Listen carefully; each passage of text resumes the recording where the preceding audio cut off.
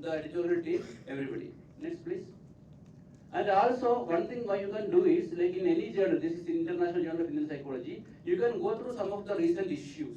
This is the best approach, because the instance scope, it may have been written years ago. But if you have a look at the recent issues, then you can see what kind of articles the current team likes, the current editors like. So, like if you feel that your article fits the, now there is no dearth of journals, and there are hundreds of journals to choose from. It was not like 20 years ago when we were doing our PG. So you can pinpoint one or two good journals that are exactly looking for the kind of paper that you have in your hand. There is no time wasting, like submitting to the wrong journal. Next, please.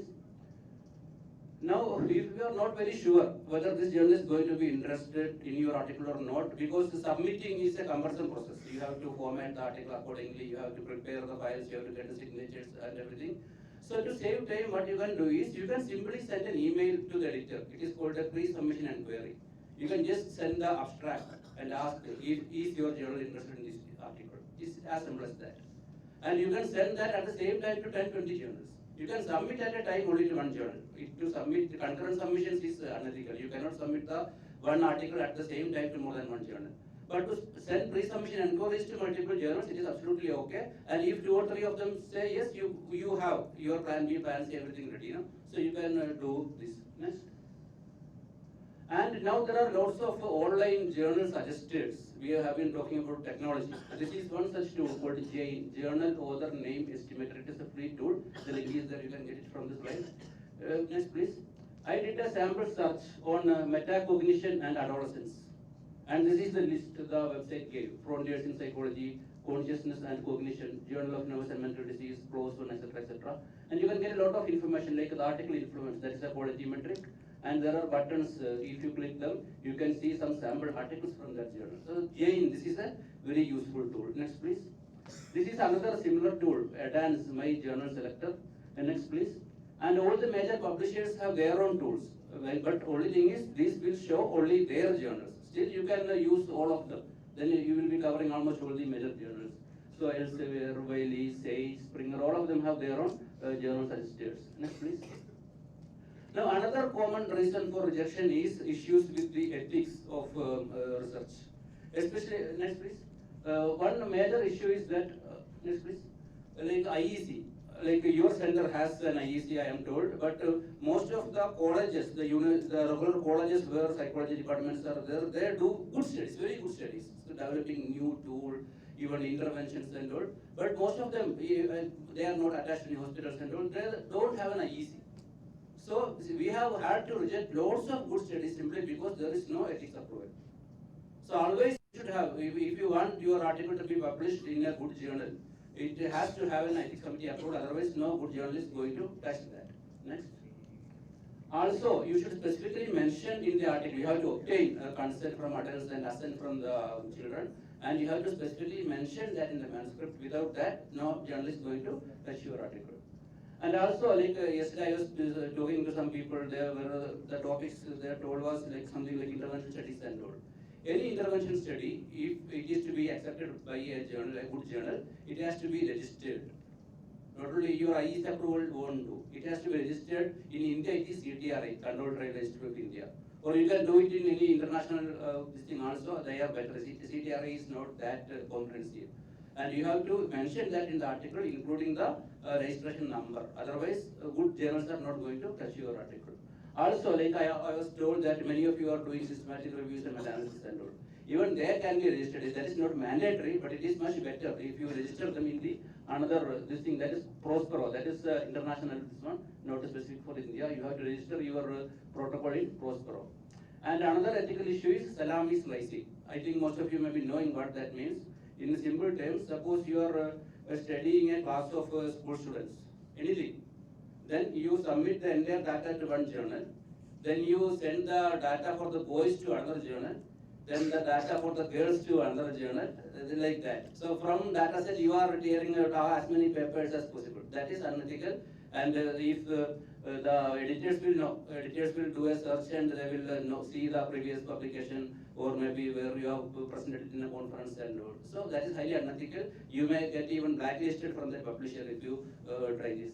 Next, please. Now another major issue obviously is now we are going to more concrete fatal issues that you cannot correct later. The kind of design that you used is not appropriate or it is flawed. For example, the hypothesis. Every editor, every peer reviewer loves when you have a very good primary objective and maybe very specific primary objective and maybe two or three secondary objectives. But it is not the case in many submissions. Even we don't know what exactly you set out to study. That should not happen. Next. And this also happens. Like for example, you are studying say that loneliness study. You want to study what causes loneliness, but you don't have any pre-specified hypothesis. And what you are doing is you are doing the IQ test, you are doing some personality inventory, you are doing a neuropsychological battery, everything, and you are correlating everything with loneliness. So that won't do.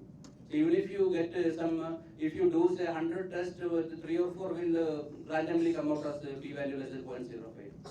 So you have to have some hypothesis. Suppose you are testing the relationship of certain personality with loneliness, with some theoretical basis, not just randomly picking one personality. So it should be like that. It is not like people feel that the more tools I use, the better the study becomes. It is not so. You use less tools, but that has some theoretical backing. That is how the study becomes a good one that will be accepted by good journals. Lack of a control group, especially in intervention studies, especially for clinical conditions, depression. Suppose you are doing a music therapy for depression, and after 1 month you are assessing them again, and you see that the depression has improved. But whether it improved because of the music or whether it improved on its own with time, we don't know. So for that we need a control group. Without a control group, most of the intervention studies you cannot rely on their findings. Next, please. And also, if your control group is inappropriate, that is also a problem. Suppose you are studying say, depression or substance abuse in street children, and as a control group you are using your own students from this college, this university. That is not appropriate. You have to use age-appropriate control from say other schools or something like that. So if the control is not control group is not appropriate, that is also will be an issue for the editors and peer reviewers. Next, please. The errors in measurement, this is also very important because in psychiatry and psychology we are not using any blood tests or urine tests or scans or it is mostly rating scales and your IQ test and your psychological battery and personality questionnaires and all. So here there is a lot of issue that happen when you do research. Next, please. Like especially when you are doing in a local population, whether you translated the tool, how it was validated, all this information has to be there. Otherwise, nobody is going to believe your findings. And also, suppose it is a multi-centric study, or more than one person has used the tool, has done the assessment, then you have to give proof in the article that the internet reliability was ensured. Otherwise, like your findings won't be believable. And now coming to the errors that people make in the statistical analysis, these can be rectified at least later. If but many a time it may not be. Suppose, for example, you did not collect, for example, say education. You did not collect the exact years of education, but you took whether it is high school or PG, things like that. Or age, you did not collect the exact age. You categorize that 10 to 20, 20 to 30, 30 to 40. If you do that, you cannot go back and do the proper analysis. That is also there. So you have to, please, the next slide, please. One of the common mistakes is using tests when assumptions are not met. Using parametric tests for skewed data, doing chi-square test when the requirements are not met, etc., etc. But at least some of these may be correctable. That is the one advantage there, even if it is rejected. And this is also very common. As I told you earlier, you will be doing so many tests, but you don't statistically correct for those multiple testing, like one-for-only correction and all, it has to be applied. Then it will be it will not be that easy to get a significant p-value also. But at least you should be doing this. Otherwise, good journals will not be considering your article.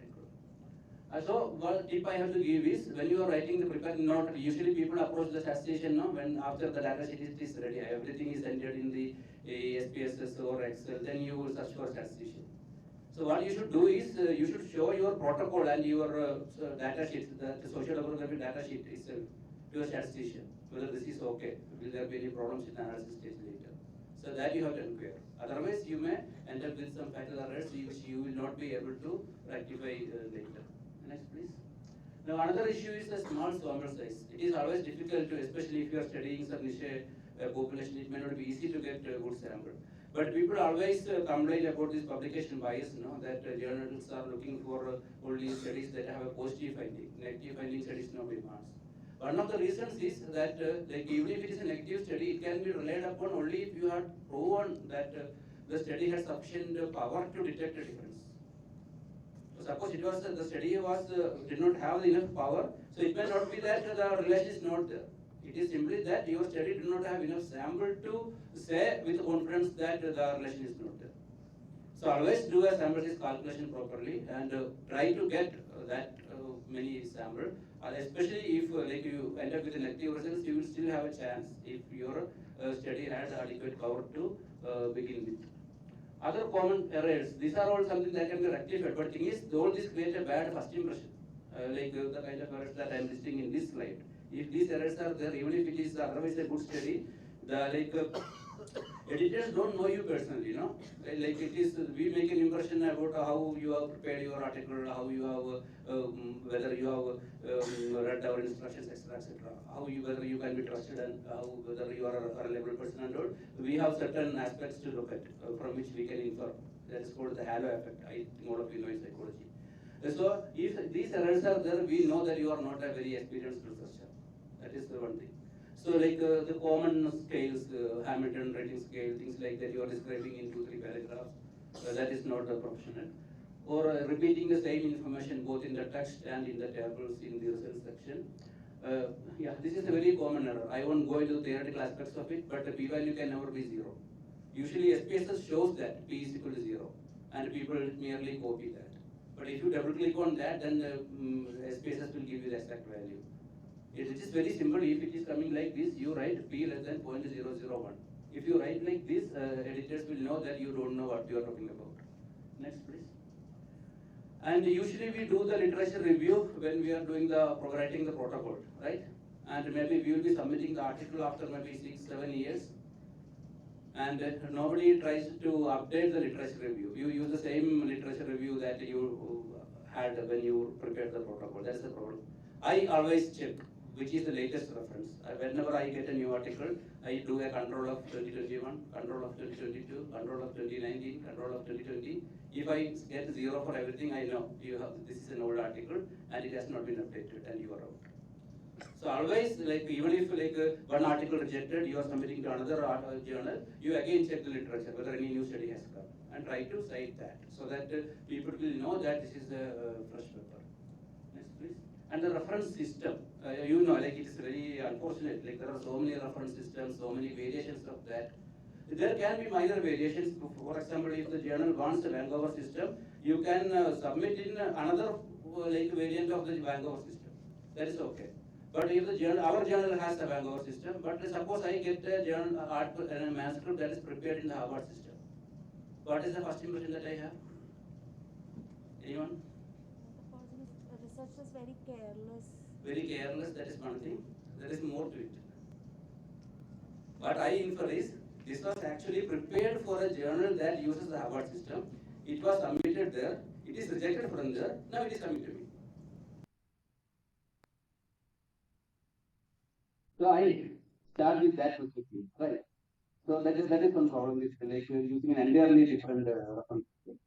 So it is better to change.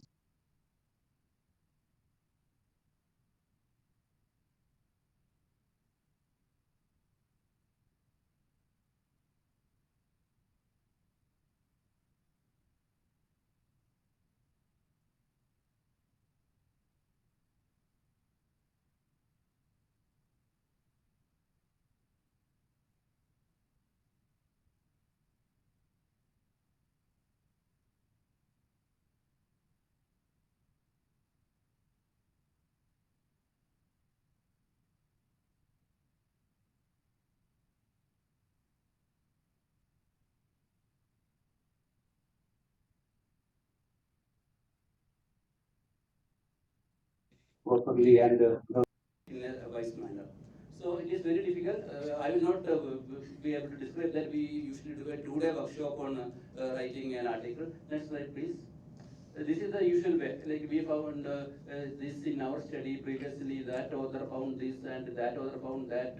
Like you randomly pick two articles that agree with your findings, two articles that disagree with your findings, and that is it. That is how usually people write discussion section. It should not be so. It should be an actual discussion. I will show you. Next, please. Like you should compare with other studies, but it should be like you do for systematic review. You should not be randomly cherry picking articles. You should cite, you should compare your findings with the best studies on the topic, with the conclusions of the systematic reviews on the topic, the latest studies on the topic, etc. Not any random study. And also, what are the strengths of it? Like in the introduction section, you may have already written that. But now, in the light of your results, what are the strengths of your study that you have to highlight? Then you have to mention the limitations, not just list the limitations, but what all things you have done to overcome those limitations. Why you feel that your limitations haven't affected the believability, the strength of your findings, etc., etc. You have to discuss the limitations also. And also the which kind of populations your findings are generalizable, what are the implications, next please, what are the implications for policy, for practice, for research, etc., etc. So your discussion section you should be paying a lot of attention, because the reviewer, especially good journals, they will be paying a lot of attention to this particular section. Next please. And then the writing. Many of us are from not from English medium schools, and also we are not a native English speakers anyway. So the language may not be that good, and people understand that.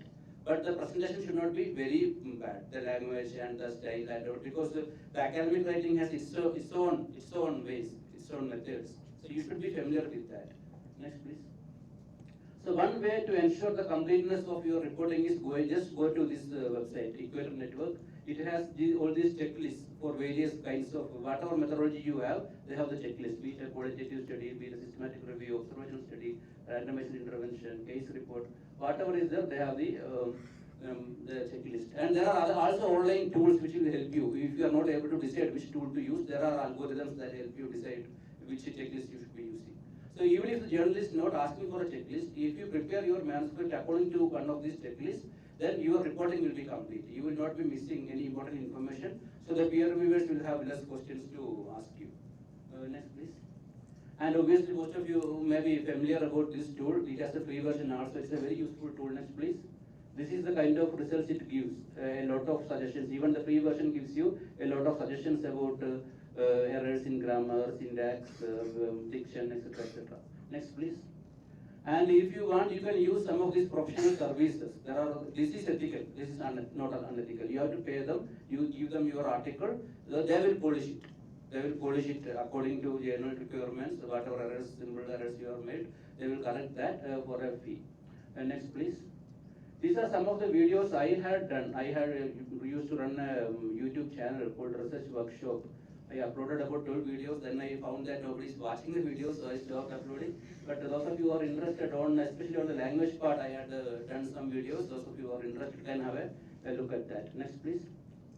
And all of us have been talking about AI and technology and all. This is a very good free tool actually. It is from PubSure, researcher.life, that's the website. You can upload your manuscript there. So the system will analyze your manuscript and it will give you a lot of useful suggestions. Next, please. I uploaded one of my papers and it found 227 issues with that. Not all of them will be relevant, but you have to, one by one, you have to decide whether you have to obey the suggestion or not. But it is a very useful tool. They will give you a lot of suggestions. Next, please. Even it is saying me that one of my references is from 2002. It is too old. Remove that. Better use some newer references. These kind of suggestions also the system gives. Next, please. So after that, like I told you about desk rejection, I told you about rejection after peer review. Then earlier I told you that there is also like you are asked to revise the paper, and after that, especially after a major revision, you have to resubmit. After that also it may be rejected. So to avoid that, basically you have to give sufficient explanations, detailed explanations on what all changes you have made. Just please. Many people miss to do that, and their articles get rejected even after revision. This is one of my own submissions, like these are the reviewers' comments, these are my responses. This is how you should be replying to the reviewers. And most importantly, see what I have written at the top. I sincerely thank both the peer reviewers for their prompt, informative feedback, comments, and suggestions. So like that. Because reviewing a paper takes hours, and many people just don't even bother to thank the reviewers for that. That should not happen. Thank them for their efforts, and after that, point by point replies you can give. And you need not, like it is not that you have to completely obey them. You have the right to disagree with them, but politely and with the supporting data. For example, here you can see that they asked me to remove tables 3, 5, 6, and 7. I told I have removed tables 1 and 3, and I explained why. So you can differ with them. It is not that you have to blindly obey, because ultimately once it is published, it will be with your name, not their name. So it will be your responsibility. And also here also I have that told asked me something. I told them that I don't think it is so. These things you can do, and even if there is a controversy between you and the reviewers, the editors will decide who is right. But you explain, especially with the support of other studies, the references, you can make your point clear. Next, please. So this is the link once again, mind.in/rejection.pdf. You can get, because of many tools, links, and all, you may not be able to remember, so you can use the steps. Mind.in/rejection.pdf. Thank you.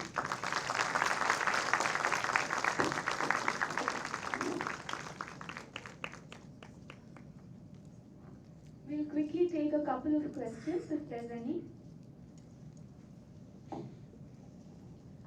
Sir, thank you so much for the very holistic presentation. My doubt is regarding salami slicing.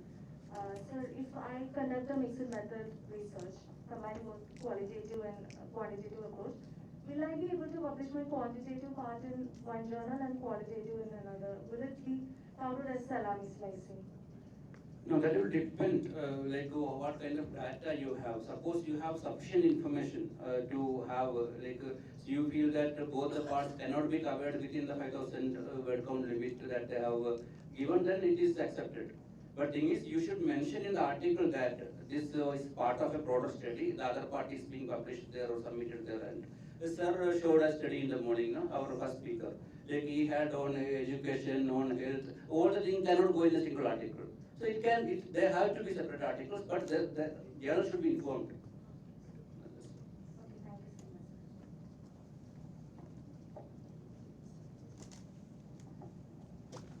Hello, sir.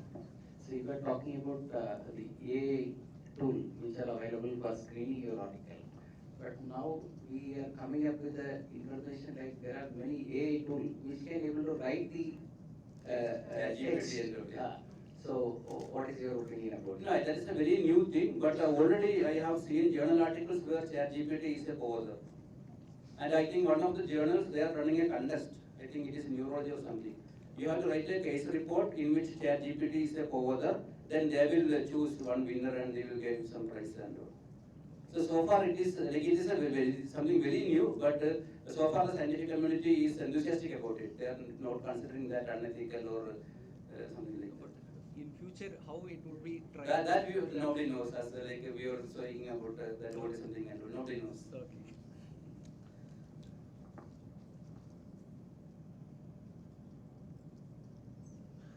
Okay then, thank you.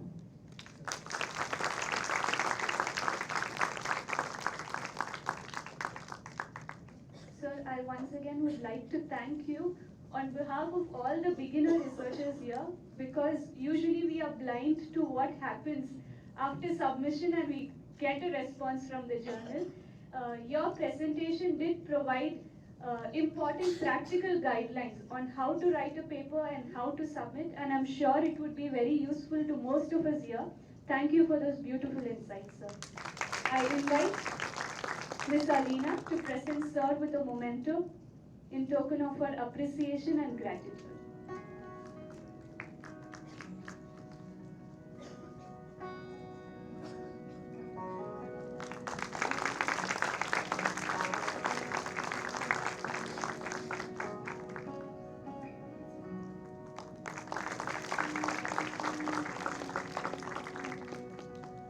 Thank you once again.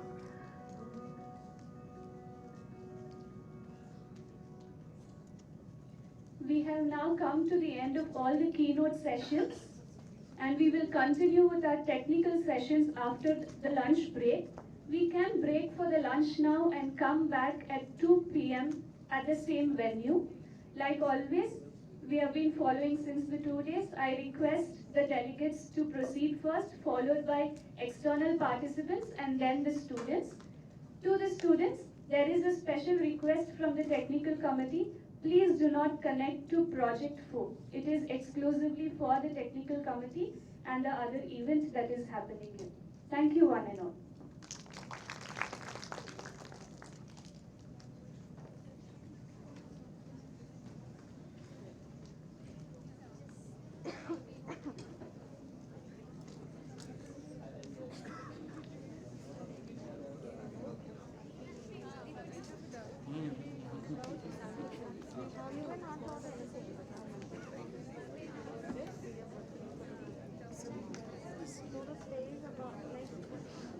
We are shooting a circle.